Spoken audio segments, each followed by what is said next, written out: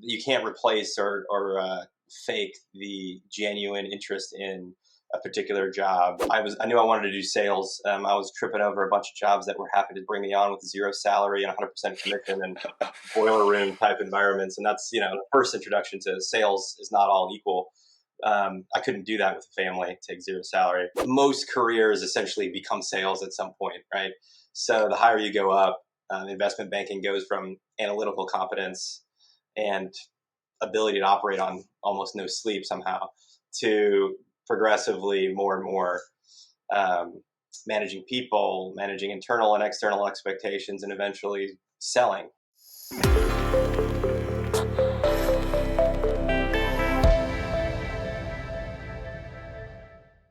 All right, I'm joined today by Richard Bayyouk at Director of Financial Services at MMC Group. How are you doing today, Richard? Doing good, Brian. How are you, sir? Thanks for having me on. Thanks for being with me. Really excited to talk with you. We talk all the time, but our first recorded conversation, so we'll have to mind our P's and Q's.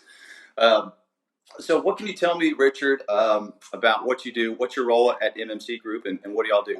Yeah. So, Brian, a lot of what we did at the firm that you and I met at previously, but MMC's been around for 30 years. They started consulting for the federal government when there was a savings and loan crisis here in Texas, kind of the early 90s, and have ever since been staffing bank failures and different government contracts for the different federal agencies, and have kind of branched in several different directions. So that kind of intersects with my background a little bit. Out of college, I went to Texas A&M, studied accounting, and ended up going up and working in investment banking in New York in 2008, where there was the great financial crisis was kind of underway, and a lot of banks, regional banks, community banks, large banks were going bust. And so meanwhile, MMC was helping wind a lot of those down, had their hands full then. So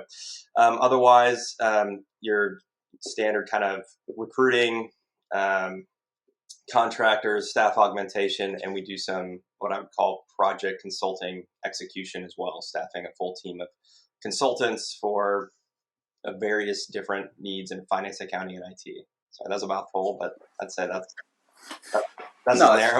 very good explanation. So you started off in investment banking. I actually thought you had a degree in finance. So you started off in accounting, went into investment banking, and then at some point switched gears and got into sales, business development type roles. And so I'll just add a little comment about you. But when we worked together previously, you were hands down everyone's favorite person. Like, I remember anytime you got to the office, it was just like everyone got a smile on their face, and it was like a line formed to say hi to Richard and hear the latest from Richard. So it's very obvious you're a people person. Excellent at relationships. When did you know, this, I need to be in a different career path? What can you tell me about that process? Yeah, that's a very generous telling of that time period, but otherwise known as the class clown, I guess. So I worked in finance for about 10 years, enjoyed it, but I think slowly came to realize over those 10 years gradually that certain things were a bit of a drag and certain parts of the job were energizing. And that really came into focus, I'd say, kind of after I had moved back to Texas in 2017, after being in New York for almost 10 years with a growing family.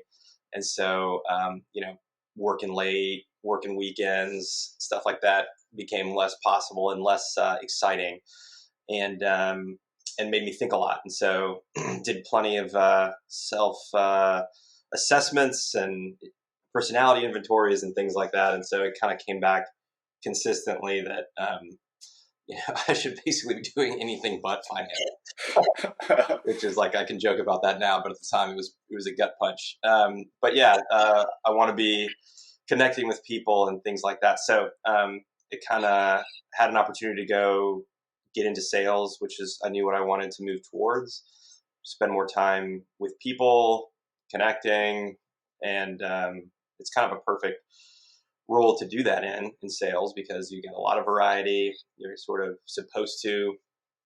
My job is to act on the impulse that always used to be a distraction at work when I was in finance, which is to go talk to people, and so that's been a strength. So yeah, it's been about 4 years now, and definitely enjoy it, and it clicks so much more naturally for me. So I like to, like I said a few times now, I think connect with people. I think one of those squishy, personality inventories kind of consistently came back that I'm an individualizer, which means like I'm naturally kind of geared towards identifying what makes someone unique or different or particularly good at something, which is helpful in this industry, whether it be talent or partners like you, who I say, I know exactly who you need. You need to know Brian, or you need to know this software vendor, or this consultant would do a great job on that particular piece of work. So,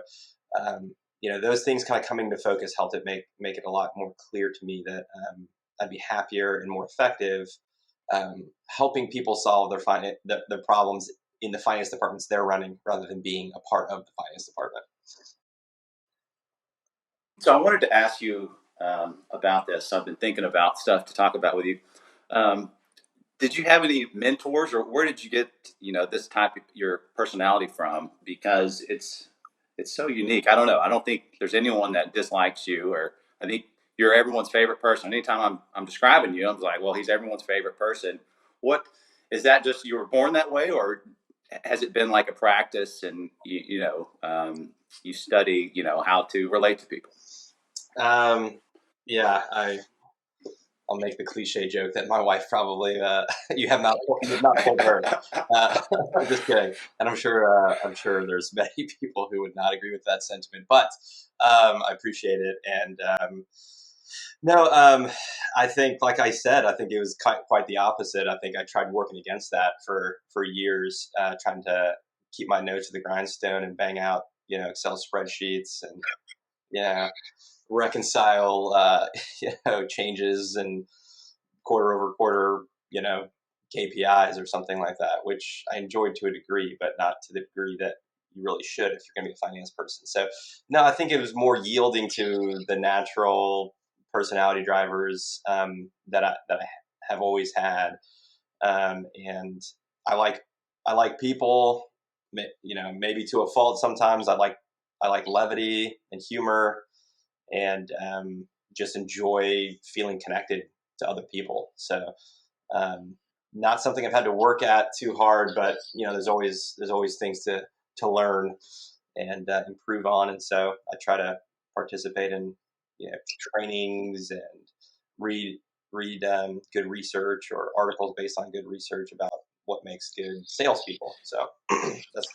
I'm curious, did you have anyone in your life saying, Richard, you need to be in sales, or you need to be in the people business or something, or did you discover that just naturally through self-assessments, and was it a process? Yeah, good question. I think no, it was like a long process for me of kind of learning what sales really was. I thought I had negative connotations, or perceptions rather, of what sales was, and I thought it's like, well, hey, I wasn't like the president of a fraternity in college, so that's not me, and I don't want to be seen that way. And I've learned since then that's not accurate description of a good salesperson.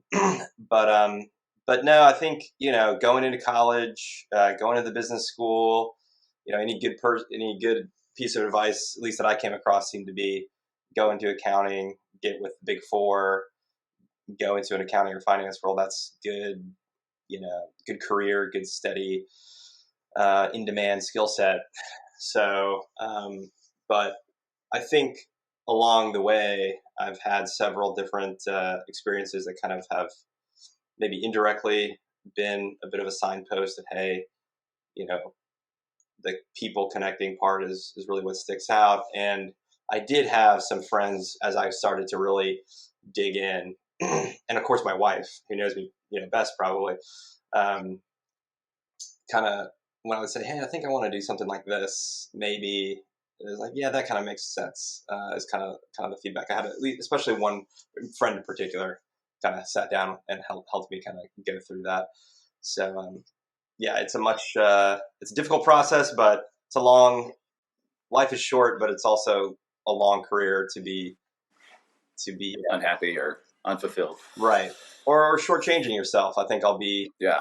over the long term, more successful doing something like this than, I could be successful in finance, but I don't think I'll hit the heights that I could doing sales. I think for someone like yourself, that is very difficult because, looking at your background, high achiever, top schools, getting the coveted investment banking, very competitive type of role, and then moving up quickly from there. I wanted to ask you, since we're in this, in the recruiting staffing business, and you've transitioned careers, what are your best advice for people interviewing? I think, and then I was going to ask, it's probably a follow-up question, but how were you received when you started interviewing for sales roles? And I guess you were a director of finance at the time before you switched over. Yeah. Okay. Well, I guess on the first question, advice for interviewing maybe seems obvious, but I mean, really, the people for background, Brian, you've as soon as I knew you were going to become available, I worked on my boss to get our company to contract with you and your business to do recruiting for us, and that's been a genius move on my part internally. They all see I was right about that, and you filled the majority of my roles over the past year probably, and so just working through those candidate interviews and kind of seeing I guess data points over time, you see who the ones who really make a good impression on and who just have a great process. And to me, I'd say the thing that sticks out is more about the candidate's level of personal interest in the job. The ones that you've brought that have just been home runs that I still hear when I go to XYZ client. Hey, we love so and so so much. It's like, great, thank goodness Brian found him. But it's just that you can't replace or fake the genuine interest in a particular job. And so I mean that kind of ties into my story a little bit. Maybe it's a little obvious, but to the extent that you can be positioning yourself to do something you truly love, truly excel at, then and you're excited about, it's going to come through in the interview, because of course the experience is table stakes. The resume gets you the job. I mean the interview rather. But what makes our clients fall in love with candidates is pairing that with this genuine excitement and love that comes through in the interviews. That's a great answer. I'll just add, I think that's been my biggest takeaway and learning experience is that, on paper, who you think should get the job based on what the manager's telling you. But, once they're in their interview, and it's all down to, how that person does on the interview and their level of interest and, is there chemistry. Right. Yeah, well said.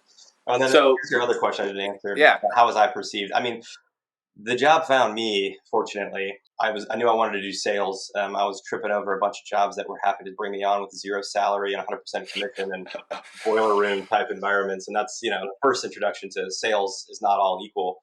I couldn't do that with a family, take zero salary.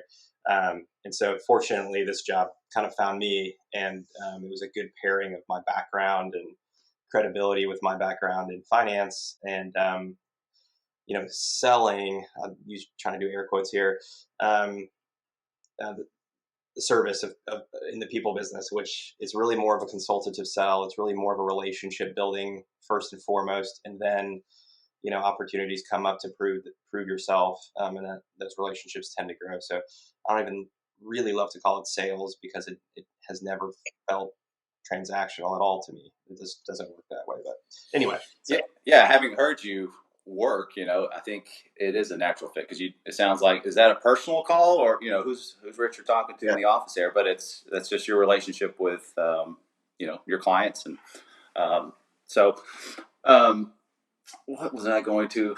Yeah. Oh yeah. Way So too often, I'm probably guilty of referring to my clients in internal meetings as, "Oh, my friend. Oh, my friend." Mr. I have to yeah, remember, but they truly well, are your friend, though. I think yeah, So they may not it's. say that, but Um, I wanted to ask you too, just because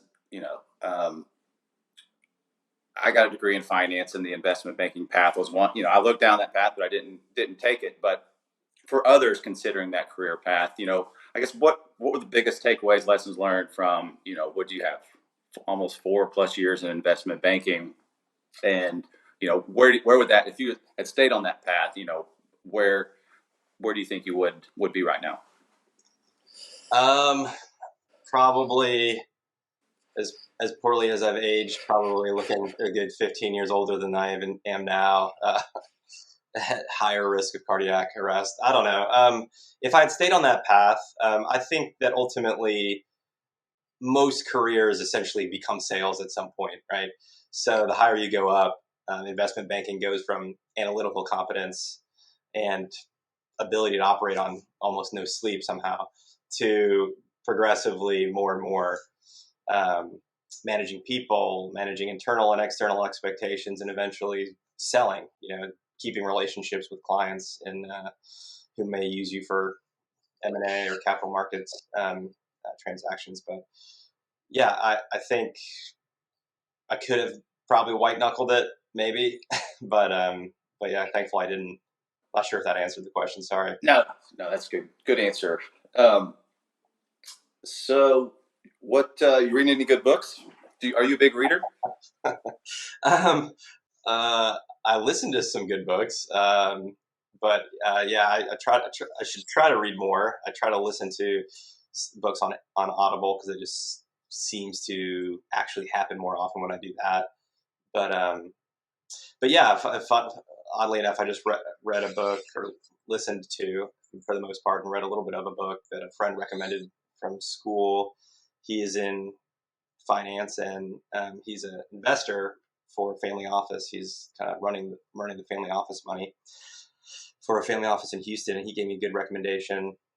So he's an example of someone who's doing finance, but out of the correct motivations, which are like a natural gifting and enjoyment of allocating people's money.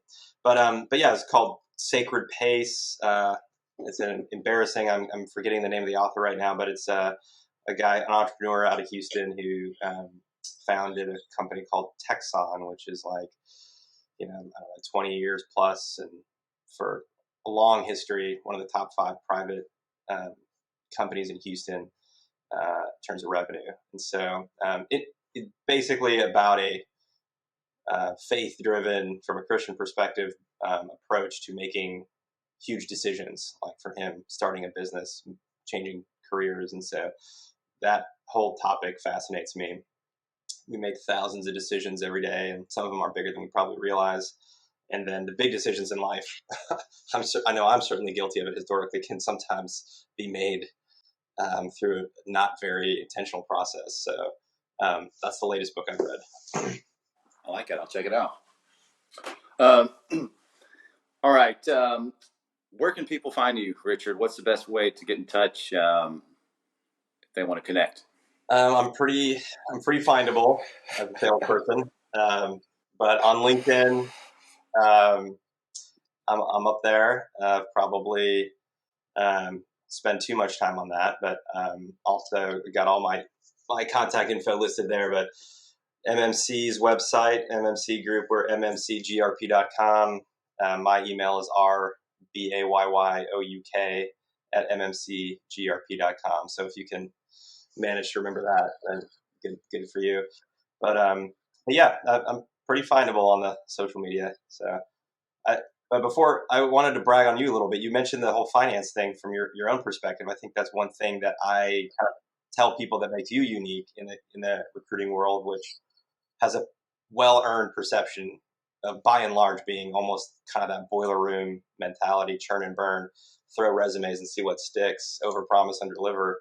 But you bring that like trader, you know, portfolio manager mentality to recruiting, which I always appreciate, which is you're very systematic in a good way, whereas a lot of people aren't good at setting up good process. And so I've just seen that work so well in terms of scaling up. You can manage a tremendous amount. And every time I throw a new role at you, you seem to be able to execute on it just as well as you were before I added even more to your plate. So I think that is a really interesting, unique application to this industry that I don't think a lot of people bring. And yeah, it makes you unique and uniquely successful. So, well, special for you. You're too kind. No, but I really appreciate you being here, and you're one of the rare individuals I've met where I really appreciate working with you and all the insights you bring to the table, and just the fun. I think you make business fun, and so thanks for being on my podcast, and we'll talk again soon. Likewise. Thanks a lot, Brian. Take care. You too.